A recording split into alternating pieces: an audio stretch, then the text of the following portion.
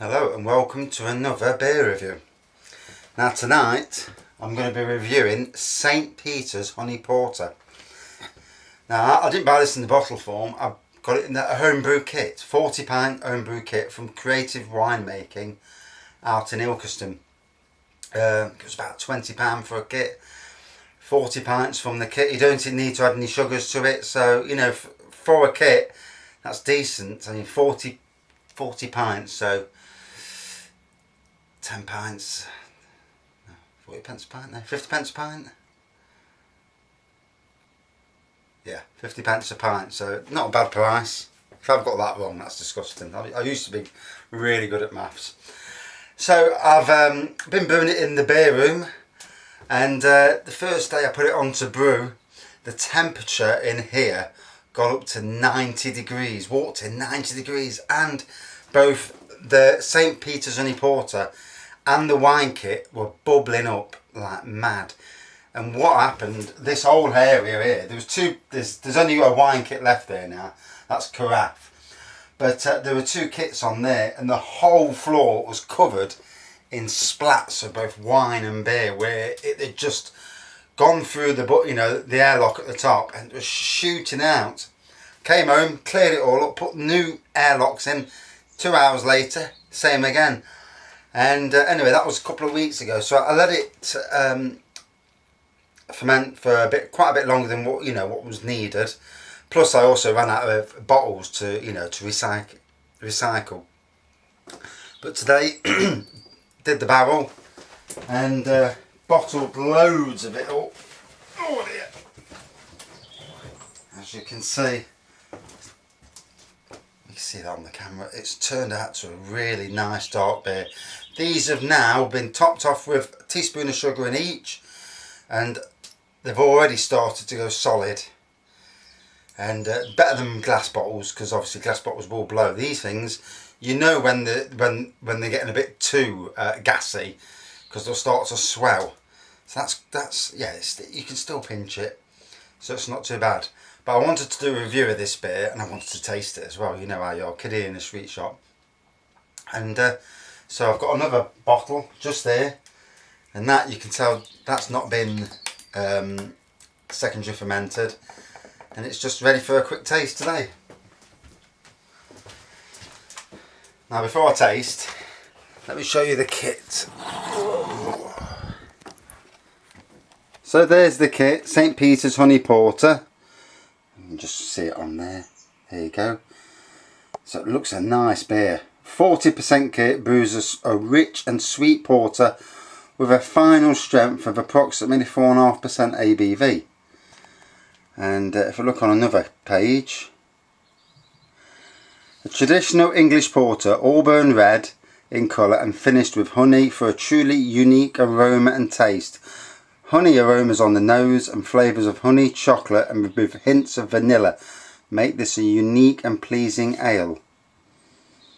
Now some of the reviews for it: 4.5% ABV on the front label, pours clear dark brown with one finger beige head, reduction to some foam on the surface, smell honey, milk chocolate, honey, vanilla, taste honey, roasted malts, floral notes, light body and soft carbonation. To some extent weird but still superb. Special porter. So, you know, that sounds gorgeous. And when I was pouring it out, the smell of chocolate, oh dear. And when it blew up all over, you know, when that first day I came in and it was all over the floor, I had a wine, red wine, and then I had that chocolate aroma. And yeah, it was overpowering.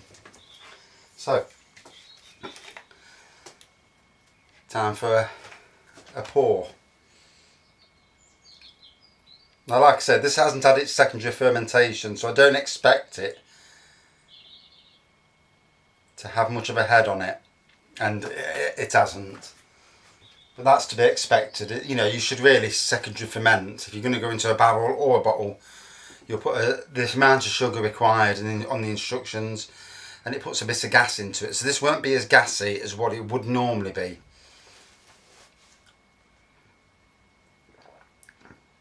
Yeah, and it needs a bit of gas as well, to be fair. colour, very dark. I mean, if you can see that on there, it's like a very dark stout. You do get the smell of honey. I'm not getting vanilla, but that's probably because my nose isn't that great. You do get chocolate, and taste excellent.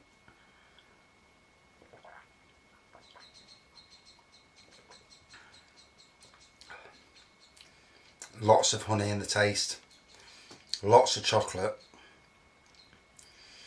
I'm getting some vanilla, but yeah, it definitely needs that secondary. But I'll do it now, and what I might do is do it in a few weeks when I've actually let it go a bit.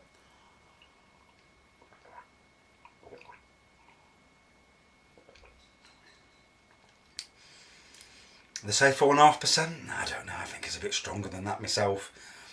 But like anything, when you brew at home in a barrel, in a bucket brewing, and you brew for longer, there's different elements that come into play. When they brew in a brewery, they have a set temperature. It's all controlled so that they get the same taste every time. Obviously, my beer room, I won't get that same taste. So it may well be stronger than what they brew, and that's the good thing about home brewery. You can brew a bit stronger. You can add a bit more sugar. You can add different types of sugar. You know, it's for me, home brewing's great. You can experiment. I mean, I'm not one to go for the grains and doing all that, because that's the next evolution. One, I'd probably cock it up anyway if I went that way. But doing it like this, 50p a pint, wow. I mean, in this day and age where we're paying silly amounts for beer, and the government's only going to make it more, if that Scottish law comes in where it's so much a unit, let's say somebody who likes that, you know, like White Lightning cider, you're going to go from £2 or £3 a bottle to £9 a bottle. So you can only imagine what it's going to do if it comes into Britain. With real ales, you know, some of the stronger real ales like Old Tom, King Goblin, which is my favourite, I think, possibly my favourite beer, they're going to go up, you know, so let's hope home brewing is the key, I think.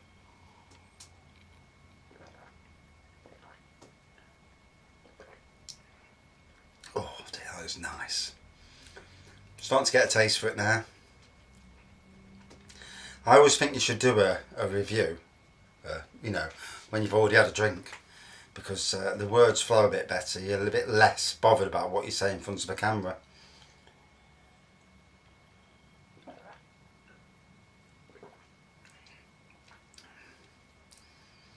Very nice, very nice. Still very dark, you know. I'm going to be very interested to see how that looks in a couple of weeks' time, when it's had a bit of time to secondary ferment and a bit of aging.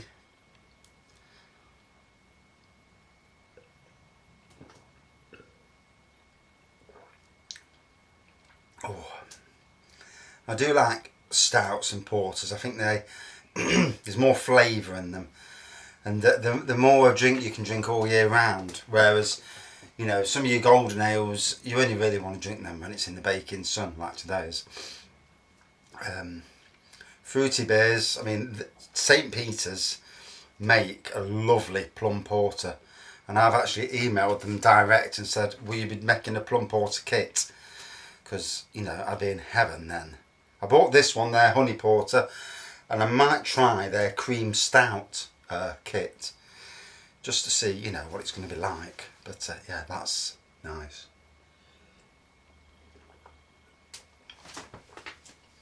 So out of 5, ooh,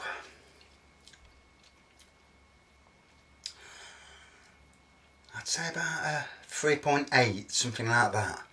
I won't say it's, you know, as it is now. I might do a secondary review in a few weeks just to see how far it's evolved, and maybe, because obviously it's warm in here today, the temperature is 78 degrees, so the beer's going to be a warm temperature as well, and I'm sweating my head off. Yeah, about 3.8%. If you are interested in St. Peter's beers and you've done a little bit of brewing, it's worth spending. You get your £10 kits from Wilco's. They're great, 10 or 12 quid now. They're great. But when you start going up the scale, St. Peter's make a fantastic kit. Brewdog do as well. And Brewdog's beers are nice, but the kit is pricey as they come.